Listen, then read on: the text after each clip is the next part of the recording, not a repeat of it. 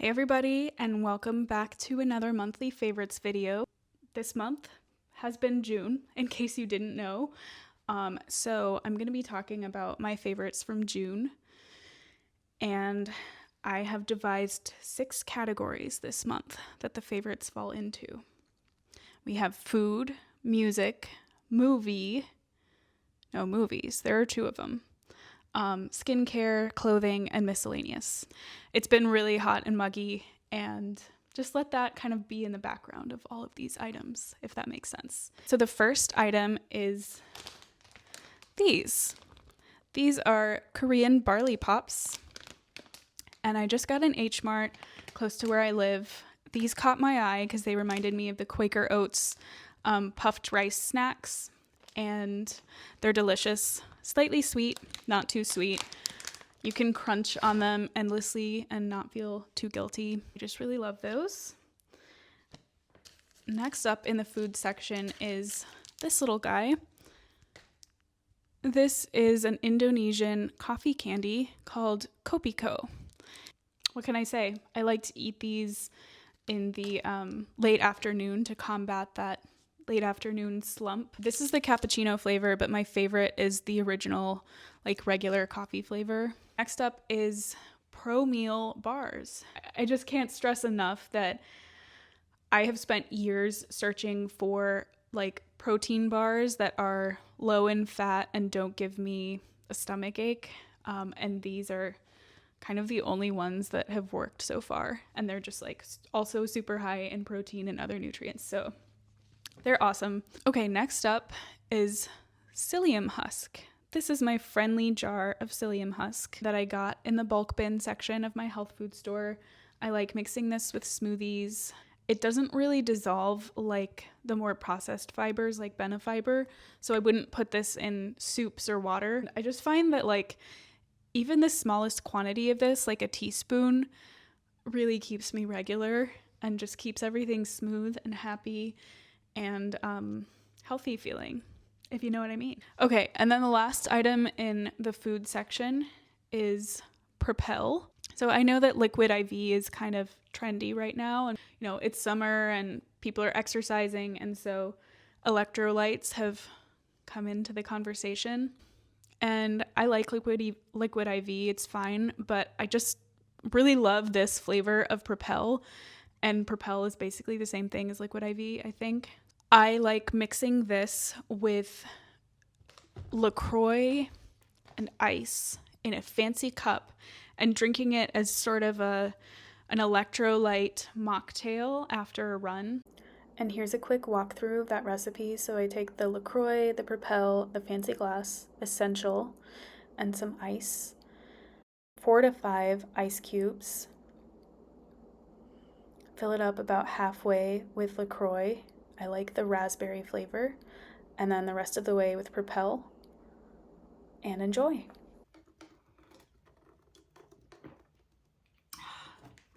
Next up is music. So I'm going to include some little screenshots of songs that I've been liking, but I'll just go through the artists and the reason behind these choices. So Wilco, I'm a Chicago girly, okay? And Wilco is our band. Jesus, etc. is our anthem. Marina Towers. I think Wilco just makes really beautiful like summer music. I am planning a wedding, and I'm also creating playlists for some of my friends' weddings. So I've been looking for like love songs from Wilco, and those are the ones I'll include the screenshots of. They have some really beautiful love songs. So yeah, Wilco love songs. I've also been listening to the One Wayne G album by Mac DeMarco. I'll just like throw that on shuffle and go for a run. So I've kind of moved on from like listening to podcasts while running to listening to this mostly instrumental kind of jammy, Mac DeMarco stuff. I guess I like that it's such a huge album. If you don't know, it's like 199 songs. I've been able to put it on shuffle throughout all of July and like hear mostly new stuff every time. Next up is Big Thief. They've put out a couple singles from their upcoming album, and I really like both of them, so I'm really excited for the album. My favorite of the singles that are released so far is Incomprehensible. So I'm really excited with the direction they're going. And then lastly, I have Big Country. So Big Country is like, I think they sort of peaked in the 90s and maybe early 2000s. They're an awesome Scottish rock band. I mean, they're just incredible. I'm no Anthony Fantano. I'm no like music reviewer. I feel like I'm not equipped to describe their music very accurately, but just go listen to them if you like really explosive, colorful, energetic, like rock music. I love running to Big Country. It just like makes me feel powerful. Next up is movies. So I saw Eddington a few days ago, and oh my God, that movie was, it felt like, it feels so important to have a movie that is about like May 2020. And I'll like March through May 2020, I guess, is what it's really about. Like sort of the convergence of the early COVID days where there was a lot of debate over masks and how and where masks should be worn. Masks became a symbol or a signal, I guess, of kind of where you stood on the political spectrum, that converging with like the George Floyd protests. And there's just like a flurry of signals and slogans and images that were circulating at that time, like in person and online, but especially online, that were interpreted in different ways by different people and became weaponized and became like symbols of hate and symbols of allegiance. And it was just a crazy time, a really confusing time where it felt like we weren't seeing each other clearly. And this movie is about that time. Really long way of saying that. I thought Joaquin Phoenix had an incredible performance. I also loved Pedro Pascal and Emma Stone. I loved the dialogue. I loved the imagery. I just thought it was like such an accurate depiction of America at a very important and confusing and pivotal time in our history. And I really enjoyed it. Okay, and then my second movie, which is more of a video, I guess, is this New Yorker YouTube video about an artist co-op building, specifically the landlord of a specific artist co-op building in New York City, and just what an incredible person she was.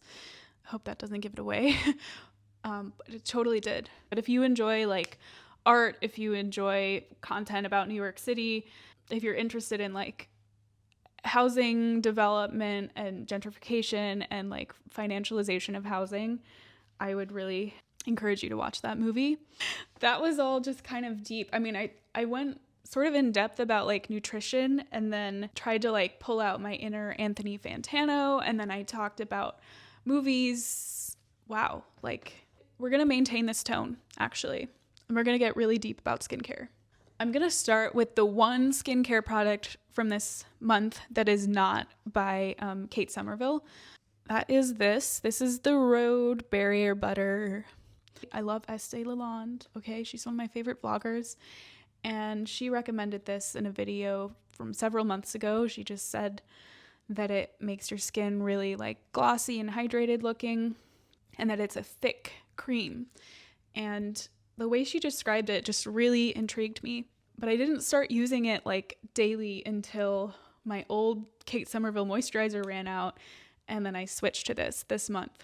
And I find that it pretty much has the same effect as the Exfoliate like moisturizer. I could be wrong about the collection, but one of the Kate Somerville moisturizers. I find that this pretty much has the same effect in terms of like making my skin look glowy, being very thick, and just making me feel plump and hydrated. And it's much cheaper. I'll plop it on with like some sunscreen and some like face tan drops and just mix it all in. And that serves as my kind of moisturizer base before I put makeup on.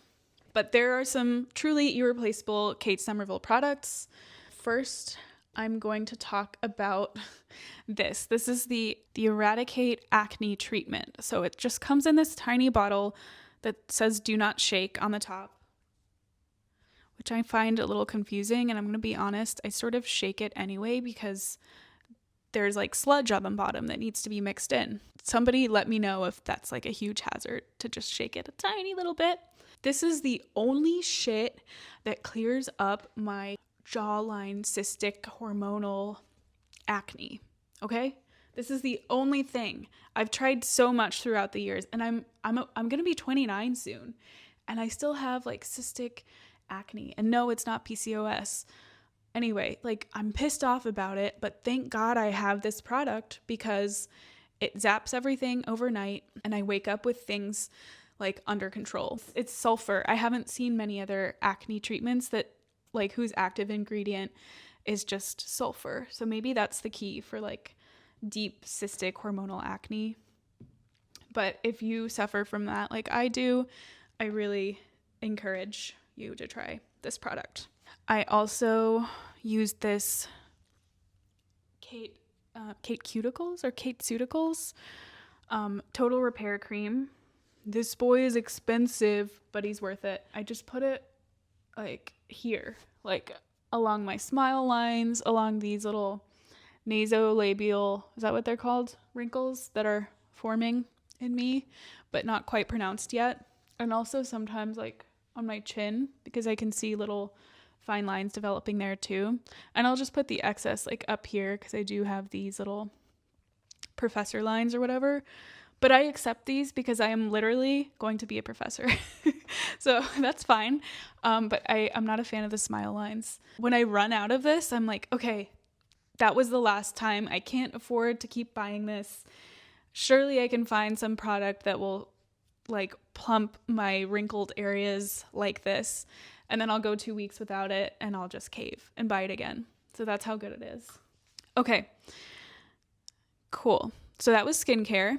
Next up is clothing. I'll have to put my lav mic like on my shirt, I guess. And the audio quality will probably go down now. And everybody will yell at me. So I mentioned at the beginning that July has been super hot and muggy. Dew point has been 80 degrees. If you don't know what that means, it just means like rainforest vibes. So my fashion choices have been very limited. However, this cute little polka dot dress has been a lifesaver because I was able to go to a fancy outdoor Shakespeare play in an outdoor theater, a replica of the Globe. No, I'm just kidding. It wasn't a Globe replica, but it was a round outdoor theater. I'm sure they were inspired by the Globe. I was able to go to that event and fit in with the crowd, fit in with the other sophisticated people who had appropriate summer attire. Okay, I'm sorry, that was crazy behavior.